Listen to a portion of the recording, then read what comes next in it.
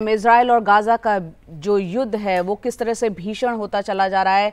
कल गाजा स्वास्थ्य मंत्रालय ने ये जानकारी दी कि इजराइल की तरफ से जो हमले किए गए उसमें एक अस्पताल पूरी तरह से तबाह हो गया। यहाँ 500 लोगों की मौत की आशंका है। ये कल यहाँ पर हमला बोला गया गाजा के अस्पताल पर। ये आप तस्वीरें उस विस्फोट की देख रहे हैं जो धमाका यहाँ अस्पताल पर हुआ है। 500 लोगों की जान जाने की आशंका है। इजराइल ने अस्पताल को निशाना बनाया, हमास की तरफ से ये कहा गया है, और इजराइल की तरफ से कहा गया है कि अस्पताल पर गिरा इस्लामिक जिहाद का रॉकेट। एक और अन्य संगठन है वहां पर फिलिस्तीन में, गाजा में, जहां पर कि इस्लामिक जिहाद को जिम्मेदार ठहराया है इजराइल ने। अस्पताल पर बर्बर इस्लामिक जिहाद ने ये हमला किया। नेतन्याहू की तरफ से ये बयान सामने आया। वहीं दूसरी तरफ इजराइल से एकजुटता दिखाते हुए यहाँ पर आज राष्ट्रपति जो बाइडेन इजराइल के दौरे पर जाने वाले हैं और यूएस रवैये से मुस्लिम देशों में खासी नाराजगी है। तो इस वक्त का ये अपडेट था। साथ ही आपको बता दें कि अम्मान, जॉर्डन में इजरायली दूतावास के बाहर प्रदर्शन भी हुआ है। उमाशंकर सिंह लगातार हमको अपडेट दे रहे हैं कि वहां ताज़ा सूरत हाल क्या है, और कल के हमले के बारे में उनसे हम बातचीत करते हैं। उमा, कल की जो तस्वीरें हैं, पूरा विश्व दहल गया। 500 लोगों की मौत की आशंका है। कई बच्चे, महिलाएं थी। अलग अलग दावे यहाँ पर हो रहे हैं। गाजा की तरफ से अलग कहा जा रहा है, इजराइल की तरफ से अलग बात कही जा रही है। क्या जानकारी छन के बाहर आ रही है? जी देखिए, जो पहले से बहुत गंभीर स्थिति थी वो और ज्यादा गंभीर हो गई है। दावे प्रतिदावे आपने सही कहा किए जा रहे हैं, लेकिन सबसे बड़ी बात यह है कि इतनी बड़ी तादाद में लोगों की जान गई है। गाजा की तरफ से आरोप लगाया गया है कि इजराइल के हमले में ये अस्पताल पे जो हमला हुआ उसकी वजह से ये जान गई है, जबकि इजराइल बार बार ये कह रहा है कि ये जो एक मिसफायर हुआ रॉकेट है खुद का इस्लामिक जिहाद का, उसकी तरफ से जो हमला इजराइल पर हो रहा था उस दौरान ये जो है खुद अस्पताल पे जाकर गिरा। हालांकि इसको लेकर जो वीडियो जारी किए गए उस पर भी विवाद हुआ है और तथ्यों की जो बात है वो दोनों तरफ से की जा रही है, लेकिन पूरा का पूरा जो शक है वो इजराइल पर जताया जा रहा है, क्योंकि इतनी बड़ी तादाद में लोगों का मारा जाना जो है उसके लिए काफी जो बड़ा जो एक हमला है वो उसकी वजह से इतनी बड़ी तादाद में लोगों की जान गई। एक बात यह है कि जो वर्ल्ड हेल्थ ऑर्गेनाइजेशन है उसने साफ तौर पे कहा है कि अब तक जो है 51 ऐसे हेल्थ फैसिलिटीज हैं गाजा पट्टी में जिस पर हमला हो चुका है और बार बार इस तरह का हमला हो रहा है। इजराइल बार बार साफ करने की कोशिश कर रहा है कि इसके पीछे उसका हाथ नहीं है, लेकिन जिस तरह की परिस्थितियां बनी है शक की सुई जो है उसके ऊपर जताई जा रही है। जो बाइडेन का दौरा जो आज होने वाला है उसके पहले ये बात कही गई है कि इस बाबत जो है इजराइल से, व्हाइट हाउस की तरफ से ये बात कही गई है कि इस बाबत इजराइल से सवाल जवाब जो है वो किया जाएगा, क्योंकि बाइडेन के इजराइल दौरे का मकसद जो है जो खुद अमेरिका की तरफ से बताया गया था वो ये कि जान माल का कम से कम नुकसान हो और जो ह्यूमैनिटेरियन एड जो है वो गाजा पहुंचे, ये दो मकसद था। ह्यूमैनिटेरियन एड की बात तो बात की है, लेकिन जिस तरीके से बाइडेन के दौरे के ठीक पहले इतना बड़ा हमला हुआ है और इसमें इतने लोगों की जान गई है वो अपने आप में काफी एक गंभीर स्थिति पैदा करता है। आपने बताया कि जॉर्डन ने जो है वो समिट रद्द कर दी है, जो बाइडेन के साथ मुलाकात होनी थी किंग अब्दुल्ला की, वो रोक दी है। और दूसरी तरफ जो फिलिस्तीनी राष्ट्रपति हैं महमूद अब्बास, उनकी मुलाकात होनी थी जो बाइडेन से, तो वो भी उन्होंने भी अपनी मुलाकात रद्द कर दी और वो जो वेस्ट बैंक की तरफ लौट गए।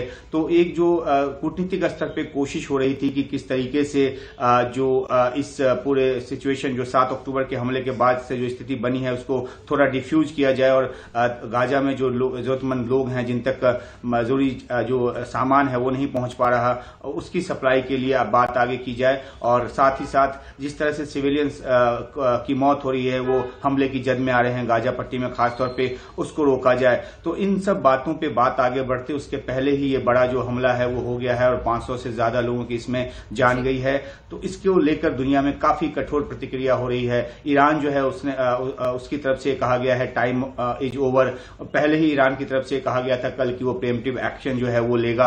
हालांकि ईरान की तरफ से भी कोई सीधा हमला या सीधी कोई कार्रवाई की बात सामने नहीं आई है, लेकिन अब जो स्थिति बनी है उसमें कभी भी कुछ भी हो सकता है। एक जो ड्रामेटिक विजुअल्स हैं वो बेन गुरियन एयरपोर्ट से आया है, जिसमें कि जो जर्मन के चांसलर हैं वो उनको कवर लेने के लिए जमीन पर लेटना पड़ा, और क्योंकि रॉकेट जो है वो बेन गुरियन एयरपोर्ट की तरफ फायर किए गए थे।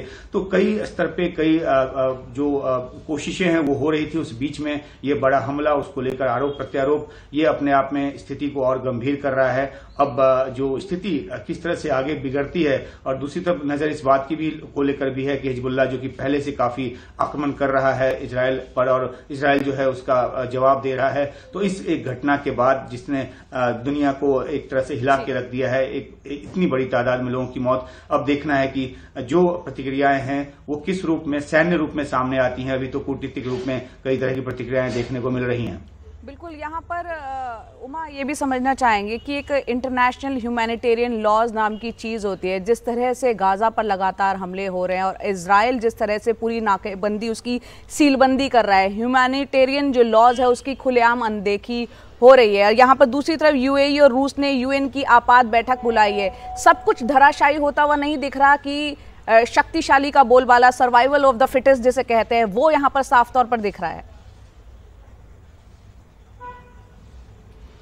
जी बिल्कुल, देखिए जब से ये हमला हुआ इजराइल बार बार ये कह रहा है कि वो हमास की जो सैन्य ताकत है उसको पूरी तरह से ध्वस्त करके मानेगा, और इसलिए जो ग्राउंड ऑपरेशन की तैयारी भी इजराइल की तरफ से की गई है, और वो कभी भी जो एक जमीनी हमला है वो गाजा पट्टी पर कर सकता है। लेकिन इस हमले के पहले तमाम ये कोशिश हो रही थी कि किसी तरीके से ये बात हो कि जो आम लोगों को नुकसान है कम से कम हो। खुद इजराइल की तरफ से ये नसीहत दी गई कि जो उत्तरी गाजा में रहने वाले लोग हैं वो दक्षिणी गाजा की ओर चले जाएं, और 7 से 8 लाख के आसपास जो लोग हैं, कुछ रिपोर्ट तो ये भी कहती है कि 10 लाख जो लोग हैं वो निकलकर चले गए हैं, और जो उत्तरी इलाके में 1 लाख से 2 लाख लोग ही बचे रह गए हैं। तो इस तरह की जो कोशिश की गई इसलिए ताकि जो सिविलियंस का नुकसान जो है, उनकी जान माल का जो नुकसान है वो कम हो। लेकिन उस सबके बीच में इतना बड़ा हमला होना, ये बात सही है कि अभी तक इस पर तथ्य जुटाने की बात भी अमेरिका की तरफ से की गई है कि आखिरकार किसने हमला किया और क्या कौन इसके पीछे दोषी है। लेकिन बड़ी बात जो हमने पहले भी कही कि इतनी बड़ी तादाद में लोगों की मौत गई, और जो एक युद्ध की सिचुएशन वहां पे बनी हुई है, तो वैसे में पूरा का पूरा जो शक है वो इजराइल पर जाता है। इजराइल बार बार ये सफाई दे रहा है कि उसने इस काम को अंजाम नहीं दिया, लेकिन ये जो घटना है वो एक आप कह सकते हैं कि जो कूटनीतिक जो कोशिशें थी उसको तोड़ने वाली है, उस पे एक लगाम लगाने वाली है, क्योंकि हर किसी को बोलने का मौका मिल गया है। बेरूत में भी प्रदर्शन हुआ है और वहां पे कहा जा रहा है कि इसके लिए इजराइल के साथ साथ अमेरिका भी दोषी है। तो एक अमेरिका अपने आप को ऐसी पोजीशन में पा रहा है जहां पे उसके लिए आगे कुआं पीछे खाई की स्थिति है। वो इजराइल का एक बहुत ही मजबूत और दमदार जो साथी है, लेकिन अगर इस तरह की घटनाओं के बीच वो ब्लाइंडली सपोर्ट करता है तो बात अमेरिकी छवि और जो बाइडेन के ऊपर भी आएगी। तो देखना है कि अब क्या रास्ता निकालने की कोशिश होती है, और जो एक टफ क्वेश्चन पूछने की बात इजराइल से की गई है वो अमेरिका किस तरह के टफ सवाल पूछता है, और नेतन्याहू से मिलने के बाद जो बाइडेन जो है किस तरह का ऐलान करते हैं। जी बहुत बहुत शुक्रिया विस्तार से बताने के लिए वहां के ताजा हाल।